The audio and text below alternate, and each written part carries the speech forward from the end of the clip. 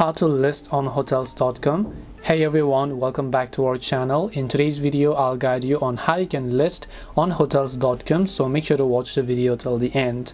In order to list on hotels.com, it's actually quite very simple. Just go to hotels.com website and then you will see this type of interface where you'll find a list your property option from the top of this navigation menu. So just go to list your property. As you go to the list your property option over here, first of all, what would you like to list, whether a private residence or lodging? Depending upon what you have, you can select that, and then you can simply make sure to basically enter the addresses as to where your residential address or whatever your property is located in. Now click the next option. Now you can simply make sure to choose the street address here, enter the zip code, state, and whatever else you prefer.